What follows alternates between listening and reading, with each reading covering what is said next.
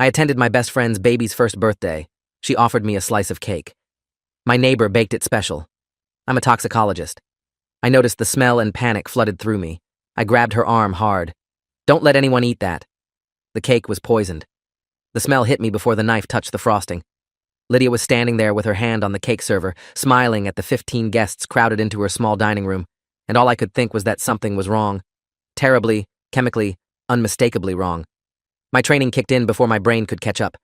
I grabbed her wrist so hard that she dropped the server and it clattered against the table, and I said the words that would change everything. Don't let anyone eat that. The room went silent. Oliver, her 1-year-old, was sitting in his high chair with frosting already smeared on his tiny fingers. My stomach dropped through the floor. I looked at those fingers, then at his face, searching for any sign that he'd actually tasted it. Lydia was staring at me like I'd lost my mind. Her husband, Greg, had already taken a step toward me, his jaw tight, protective instincts flaring. But I couldn't explain, not yet, not with the panic coursing through me. All I knew was that beneath the vanilla and buttercream, there was something else. Something that smelled like bitter almonds. Something that shouldn't exist in any cake baked by a friendly neighbor. I'd been working as a toxicologist at the state crime lab for 11 years when that birthday party happened. People always ask what that job is like, and I tell them it's mostly paperwork and lab work and court testimony, nothing like the crime shows make it seem. But the truth is, after more than a decade of analyzing poisoning cases, you develop a sixth sense. You start noticing things normal people don't. The way certain substances have distinctive odors, the way they interact with food, the way they present in victims. I'd testified in 38 homicide cases. I'd helped identify poisons in situations where the cause of death had baffled medical examiners for months. None of that prepared me for finding a poisoned cake at my best friend's baby's first birthday party. Lydia and I had been friends since college. We'd been roommates freshman year, bonded over late-night study sessions and terrible dining hall food, and stayed close through everything that came after. She'd been there when my engagement fell apart. I'd been there when she met Greg, when they got married, when she found out she was pregnant. When Oliver was born, I was at the hospital within an hour. I'd held that baby when he was less than a day old. The party was on a Saturday afternoon in late April. Lydia had gone all out with decorations, blue and white balloons everywhere, a banner that said, "Happy First Birthday, Oliver," strung across the living room. The guest list was mostly family, Greg's parents, Lydia's mom, a few aunts and uncles, plus a handful of close friends. I'd arrived early to help set up, and I'd noticed the cake sitting on the counter almost immediately. It was beautiful, a 3-tier creation covered in pale blue fondant with little white stars and a crescent moon on top. Lydia had told me her neighbor Denise had insisted on making it. "She's been so helpful since the baby came," Lydia said, her voice warm with gratitude. "Always bringing over casseroles, offering to babysit. I don't know what we'd do without her." I'd met Denise Whitmore exactly twice before that day. She was a woman in her mid-50s, widowed about 3 years earlier, living alone in the house next door. She seemed pleasant enough, if a little intense, the kind of person who remembered every detail about your life and brought it up in conversation later. Looking back, there were signs I should have noticed, but hindsight is cruel that way. The moment I smelled that cake, my training took over completely. I grabbed Lydia's wrist to stop her from cutting it, and then I was moving, my body operating on autopilot while my mind raced through possibilities. I checked Oliver's hands first, frosting on his fingers, yes, but had he eaten any? I looked at his face, his lips, searched for any trace of blue frosting around his mouth. Nothing. He'd been playing with it but hadn't actually tasted it yet. The relief that flooded through me was immediately replaced by fresh panic when I realized 3 other children were at the party. Greg's niece and nephew, ages 4 and 6, and Lydia's cousin's daughter, who was 5. Any of them could have already gotten into the cake. Any of them could have licked frosting off their fingers or been given a taste by a well-meaning adult. I turned to the room and said, in the calmest voice I could manage, "Has anyone eaten any of this cake yet? Any of the children?" The confusion on everyone's faces would have been almost comical in any other circumstance. Greg's mother was looking at me like I'd grown a second head. Lydia's cousin was holding her daughter closer, suddenly uncertain.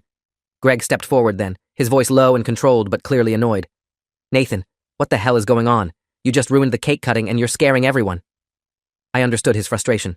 From his perspective, I was his wife's college friend who had just made an incredibly bizarre scene at their son's first birthday. But I couldn't worry about his feelings right now. "I need everyone to answer me," I said. "Has anyone eaten any of this cake? Even a small amount? Even just tasting the frosting?" Slow shakes of heads around the room. Lydia's mom said she'd thought about taking a taste of the frosting but hadn't gotten around to it. Greg's sister confirmed that her kids had been asking, but she'd told them to wait until after the singing. The relief was so intense I nearly sat down right there on the floor. But I wasn't finished. I turned to Lydia, who was still staring at me with a mixture of confusion and hurt, and said quietly, "I need to talk to you and Greg. Privately. Right now." She must have seen something in my face that told her I wasn't joking, because she nodded. We went into the kitchen, leaving the guests murmuring in the dining room, and I closed the door behind us. "This cake has been poisoned," I said, keeping my voice low and steady. "I'm almost certain of it. There's a distinct smell of cyanide compounds mixed with the vanilla. Most people wouldn't notice it, but I've worked with these substances for over a decade. I'm not wrong about this." The color drained from Lydia's face. Greg looked like he wanted to argue, wanted to tell me I was being paranoid or dramatic, but something stopped him. Maybe it was the certainty in my voice. Maybe it was the fact that he knew what I did for a living. "Cyanide," he repeated slowly. "You're telling me someone put cyanide in my son's birthday cake?" I nodded. "Specifically, I suspect potassium cyanide, or possibly amygdalin in a concentrated form. The bitter almond smell is unmistakable once you know what to look for. It's partially masked by the vanilla extract in the frosting, which is clever. Vanilla can cover a lot of odors, but not completely." Lydia's hand was pressed against her mouth. Her eyes were filling with tears. "Denise made that cake," she whispered. "Denise wouldn't. She's been so kind to us. Why would she?" I didn't have an answer to that question. Not yet. But I knew we needed to move fast. I told them to keep everyone away from the cake, not to let anyone touch it under any circumstances. Then I called my colleague at the lab, Dr. Amara Okonkwo, who was the senior forensic toxicologist and one of the sharpest analytical chemists I'd ever worked with. She answered on the third ring, sounding surprised to hear from me on a Saturday. I explained the situation as quickly as I could, and her response was immediate and serious. "Don't let anyone touch it. Bag it if you can, seal it, keep the chain of custody clean. I can meet you at the lab in 45 minutes. She paused. "Nathan, are you sure about this? False positive on smell alone would be—" "I'm sure," I said. "You know I wouldn't call if I wasn't." She did know. That's why she didn't argue further. I went back to the dining room and, as calmly as possible, told the guests that there had been a problem with the cake and it couldn't be served. I apologized for the disruption. I suggested everyone enjoy the other food and that Lydia would sort things out. Most people seemed to accept this explanation, though the looks they were giving me ranged from sympathetic to suspicious. I carefully placed the entire cake, stand and all, into a large garbage bag from Lydia's kitchen and sealed it. My hands were steady. They had to be. The party dissolved quickly after that. Guests made their excuses and left, shooting uncertain glances at Lydia and Greg as they gathered their things. By 4 o'clock, the house was empty, except for the three of us and Oliver, who was getting fussy from all the disruption to his routine. Lydia put him down for a nap, while Greg and I sat in the living room not speaking. I could feel his anger radiating off him, the desperate need to believe I was wrong, that I had just destroyed his son's birthday party for nothing. I understood that anger. I even respected it. But I also knew that if I was right, his anger was the least of our problems. When Lydia came back downstairs, I told them I was taking the cake to the lab immediately. I said I'd call them as soon as I knew anything concrete. Lydia hugged me, and I could feel her trembling. "What if you're wrong?" she whispered. I pulled back and looked at her. "Then I'll apologize to everyone personally. I'll pay for a new party, a new cake, whatever you want." I paused. "But I'm not wrong, Lydia. I wish I was." The drive to the lab took 23 minutes. I broke several traffic laws getting there, the sealed bag sitting on the passenger seat like a bomb I was racing to defuse. Dr. Okonkwo was already waiting when I arrived, wearing weekend clothes but with gloves on and a determined expression. We went straight to the main analysis room, and I talked her through what I'd observed while she prepped the samples. She cut small sections from 3 different areas of the cake, the top tier, the middle tier, and the bottom tier, and prepared them for gas chromatography mass spectrometry analysis. While we waited for the first results, she ran a preliminary Prussian blue test on a small sample of the frosting. The test strip turned the telltale shade within seconds. "Well," she said quietly, "your nose didn't lie." But she wanted confirmation, and so did I. We waited for the GCMS results, not speaking much, the hum of the equipment filling the silence. When the data came through, Amara pulled it up on the screen and we both leaned in to look. The presence of hydrogen cyanide was unmistakable, showing up in multiple fractions of the sample at concentrations well above lethal thresholds. Amara ran the numbers twice, then a third time. The concentration of cyanide in that cake was approximately 24 milligrams per serving, assuming standard slice sizes. A lethal dose for an adult is typically between 100 and 300 milligrams, depending on body weight and individual tolerance. But for a 1-year-old baby weighing around 20 pounds, a single bite could have been fatal. Maybe not immediately, but within minutes. The realization hit me with physical force. Oliver had had frosting on his fingers. If he'd stuck those fingers in his mouth, if anyone had given him a taste before the official cake cutting, he would be dead right now. I sat down heavily in the nearest chair. Amara was looking at me with something like horror in her eyes. "Nathan," she said carefully, "this isn't accidental contamination. This level of concentration, distributed evenly throughout multiple tiers. This is deliberate. This is attempted murder." I nodded. My throat felt too tight to speak. She continued, her voice taking on the professional detachment we both use to cope with the worst parts of our job. "We need to call the police. This has to go through official channels. Chain of custody is already compromised since you transported it yourself, but we documented everything from the moment you arrived. It should hold up." I called Lydia before I called the police. She deserved to hear it from me first. Her voice was shaking when she answered, and I knew she'd been waiting by the phone. "It's confirmed," I said. "The cake contained a lethal concentration of potassium cyanide, enough to kill a child with a single bite. Lydia, I'm so sorry, but you need to call 911. This is now a criminal matter." The sound she made on the other end of the line will stay with me forever. It was somewhere between a scream and a sob, a sound of pure terror mixed with dawning comprehension. Greg got on the phone, and I repeated everything to him. To his credit, he didn't argue or question me this time. He just said, "We're calling right now." I gave him Amara's direct line and told him to have the responding officers contact her for the lab results. Then I sat in that sterile lab room with fluorescent lights buzzing overhead and tried to process the fact that someone had tried to kill my best friend's baby. Not just tried, planned it, researched it, acquired the poison, baked it into a beautiful 3-tier cake, decorated it with stars and moons, and delivered it with a smile. The police arrived at Lydia's house within 15 minutes of her call. I drove back to meet them, breaking more traffic laws than I had on the way to the lab. By the time I got there, 2 patrol cars were parked outside, and Lydia was standing on the porch with Greg, both of them looking shell-shocked. The lead responding officer was a sergeant named Delgado, a woman in her 40s with sharp eyes and a no-nonsense demeanor. She'd already taken preliminary statements and called for detective support. "You're the one who identified the poison?" she asked me. I nodded and gave her a brief version of my credentials: 11 years at the state crime lab, expertise in toxicology, the specific training that had allowed me to recognize the smell. She didn't seem skeptical exactly, but she was careful. Careful was good. We needed everything done right. Within the hour, a detective arrived. Lieutenant Raymond Vance, 22 years with the department, currently assigned to the Major Crimes Unit. He was a tall man in his 60s with gray hair and the kind of weathered face that suggested he'd seen everything and been surprised by nothing. He listened to my account, took notes, asked precise questions. Lieutenant Vance wanted to interview Denise Whitmore immediately, but he wanted to do it carefully. "If she's the one who did this," he said, "we need to build a solid case before she knows she's a suspect. Right now, the story is that there was a problem with the cake. It made some guests sick. We're investigating food contamination. That gives us room to work." He asked Lydia and Greg to provide everything they knew about Denise, how long she'd lived next door, when they'd first met her, the nature of their interactions. As they talked, a picture began to emerge that made my skin crawl. Denise had moved into the house next door approximately 18 months ago, shortly after Oliver was conceived. She'd introduced herself to Lydia early in the pregnancy, mentioned that she'd lost her husband recently and was looking for community, offered to help with anything the young couple might need. From there, her presence in their lives had grown steadily. She brought meals when Lydia was in her 3rd trimester and too exhausted to cook. She ran errands when Greg was at work. After Oliver was born, she became even more involved, babysitting occasionally, dropping by with gifts for the baby, always available to help. Lydia's voice was trembling as she recounted all of this. "She was so nice," she kept saying. "She never asked for anything in return. I thought she was just lonely, that helping us gave her purpose. I felt sorry for her." Greg put his arm around her shoulders. His face was tight with barely contained rage, the kind of anger that comes from realizing you've been deceived about something as fundamental as who is safe to trust. Lieutenant Vance asked if they'd noticed anything strange about Denise's behavior, anything that had seemed off in retrospect. At first, they both said no. But then Greg frowned and mentioned something. "There was this one time," he said slowly. "Maybe 6 months ago. I came home early from work and Denise was here, sitting with Oliver while Lydia napped. She was holding him, and when I walked in, the look on her face was strange, like I'd interrupted something private. She handed him over right away, made some excuse about needing to leave. But the way she looked at him before she let go," he shook his head, struggling to articulate it. "It was possessive, like he was hers." The investigation moved fast after that.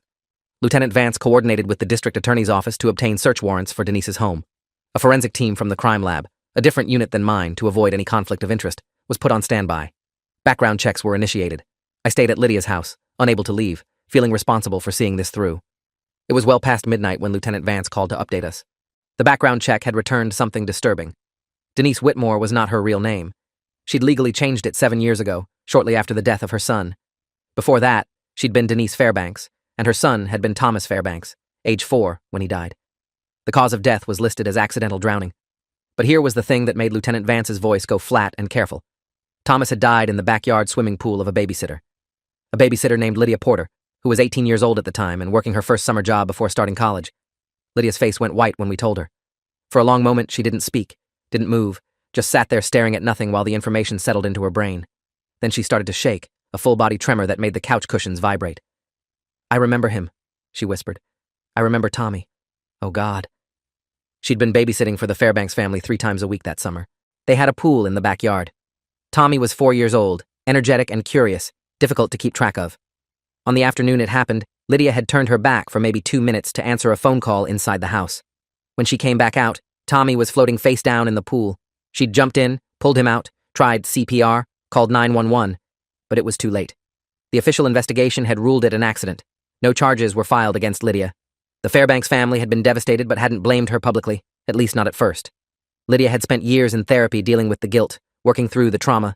She'd thought she'd put it behind her. Now everything made a horrible kind of sense.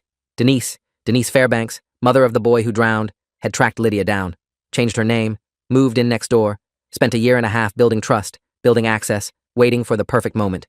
And when Lydia's son turned 1 year old, the same age Tommy had been when Lydia started babysitting him, Denise had baked a cake full of poison and handed it over with a smile. An eye for an eye. A child for a child. The depth of planning, the patience required, the cold calculation of it all. I'd seen a lot of terrible things in my career, but this was something else entirely. This was hatred refined into its purest form, aged like a fine poison over years of obsessive grief. Lieutenant Vance asked Lydia if she had any documentation from that summer, anything that might help establish the connection. She shook her head, still trembling. It had been 17 years. She'd thrown away everything associated with that time, wanting to forget. But then Greg remembered something. The newspaper had covered the drowning when it happened. It was a small town, and a child's death made the local news. The article would have mentioned Lydia by name as the babysitter present at the time. It wouldn't have accused her of anything. There were no accusations to make. But it would have established the connection between her and the Fairbanks family. More importantly, it might have mentioned details that Denise could have used to track Lydia down years later. Lieutenant Vance made a note and said he'd have someone pull the newspaper archives. Meanwhile, the search warrant for Denise's house had been approved. He was heading there now with the forensic team. I asked if I could come. He hesitated, then said I could observe from outside but couldn't enter the premises or interfere with the search. I agreed and followed him to the street where Lydia's nightmare had been quietly festering for nearly 2 years. Denise's house was dark when we arrived at 3:15 in the morning. Lieutenant Vance knocked on the door, identified himself, and waited. No response. He knocked again, louder. Still nothing. After the third attempt with no answer, he nodded to the forensic team, and they began the process of making entry. I stood on the sidewalk with another officer, watching as they went inside. My heart was pounding despite the distance, adrenaline keeping me alert even though I hadn't slept in almost 24 hours. The minutes stretched out interminably. Then Lieutenant Vance emerged from the front door and walked toward me, and I knew from his expression that they'd found something significant. "She's not here," he said. "But her car is in the garage, and there's evidence she left in a hurry. Clothes pulled out of drawers, bathroom toiletries missing." He paused. "We also found what appears to be a makeshift laboratory in the basement. Chemical supplies, glassware, notebooks, and photographs, hundreds of them." The photographs were the worst part. Lieutenant Vance didn't show them to me directly, chain of custody again, but he described what they'd found. Pictures of Lydia, taken over months or possibly years. Lydia shopping, walking her dog, going to doctor's appointments during her pregnancy. Pictures of the house at different times of day, noting when Greg left for work, when Lydia was alone. And pictures of Oliver. Oliver in his stroller. Oliver in the backyard. Oliver visible through windows. Some of the photos had dates written on the back in careful handwriting. The earliest was from more than 2 years ago, before Oliver was even conceived. Denise had been watching Lydia for years before she ever introduced herself. She'd been planning this from the beginning. In the basement lab, they found notebooks detailing Denise's research into poisons, extraction methods, and dosage calculations. She'd considered several different substances before settling on potassium cyanide, and her notes explained why. Fast-acting, difficult to trace unless you knew what to look for, and poetically appropriate. Her own son had died because he couldn't breathe. Cyanide killed by preventing cells from using oxygen. In her twisted mind, there was symmetry in that. An APB was issued for Denise Whitmore, also known as Denise Fairbanks, with alerts sent to airports, bus stations, and border crossings. Her bank accounts were flagged for activity. Lieutenant Vance was confident they'd find her quickly. She'd left in a hurry, which meant she'd made mistakes. I went home around 5 in the morning, exhausted beyond anything I'd experienced before. But I couldn't sleep. Every time I closed my eyes, I saw Oliver's tiny fingers covered in blue frosting, and I thought about how close he'd come to putting them in his mouth. How close we'd all come to watching him die at his own birthday party while his mother screamed and there was nothing anyone could have done. My training had saved his life. The accumulated knowledge of 11 years in a crime lab, the countless hours studying toxicology, the cases that had given me nightmares, all of it had been worth it for that one moment of recognition. But I also knew how easily it could have gone differently. If the party had been somewhere else, if I'd arrived late, if Lydia had served the cake before I got there. The what-ifs were endless and terrifying. They found Denise 3 days later. She'd driven to a cabin in the mountains that had belonged to her late husband's family, a property no one had thought to check initially because it was in a different name. She was sitting on the porch when the state police arrived, looking out at the trees, seemingly unsurprised to see them. According to Lieutenant Vance, who called me with the update, she didn't resist arrest. She didn't say much either, except for one thing. He was supposed to be mine. She was supposed to know how it felt. They brought her back to stand trial, and the wheels of justice began their slow grinding. The DA charged her with attempted murder, and because the intended victim was a child under the age of 2, she also faced additional charges for attempted murder of a vulnerable person. The evidence was overwhelming. The photographs, the notebooks, the laboratory equipment, the toxicology results from the cake. Her own obsessive documentation had created an airtight case against her. Patricia Nguyen, the prosecutor assigned to the case, told me it was one of the most complete evidentiary files she'd ever worked with. The trial began 4 months later, after various preliminary hearings and failed attempts by Denise's public defender to negotiate a plea deal. Denise refused to plead guilty to anything, insisted on her right to a jury trial, and seemed to view the proceedings as an opportunity to tell her story rather than a legal threat to her freedom. I was called as an expert witness, which I'd expected. What I hadn't expected was how difficult it would be to sit in that courtroom and describe, in clinical detail, exactly how the poison in that cake would have killed a 1-year-old baby. The mechanism of cyanide toxicity, the timeline of symptoms, the progression from confusion to convulsions to cardiac arrest. Lydia was in the gallery, and I saw her crying silently as I testified. Greg sat next to her, his jaw clenched so tight I thought his teeth might crack. Oliver wasn't there, of course. He was with Lydia's mother, blissfully unaware that his first birthday had almost been his last. Denise took the stand in her own defense against her lawyer's advice. She spoke for nearly 2 hours, telling the story of her son Tommy and the summer day he died. She described how she'd come home from work to find paramedics in her driveway and her husband on his knees in the grass, how she'd watched them carry her son's small body out of the backyard on a stretcher, how the teenage babysitter, Lydia, had stood there crying, and all Denise could think was that this girl got to cry, got to be the victim of her own negligence, while Tommy was dead and would never cry again. She talked about the years that followed, her husband's suicide 3 years later, her spiral into grief and obsession. She'd tried therapy, she said, tried medication, tried forgiveness. Nothing worked. The only thing that made her feel anything was the thought of justice, real justice, the kind the legal system had denied her when it ruled Tommy's death an accident and let Lydia walk away without consequence.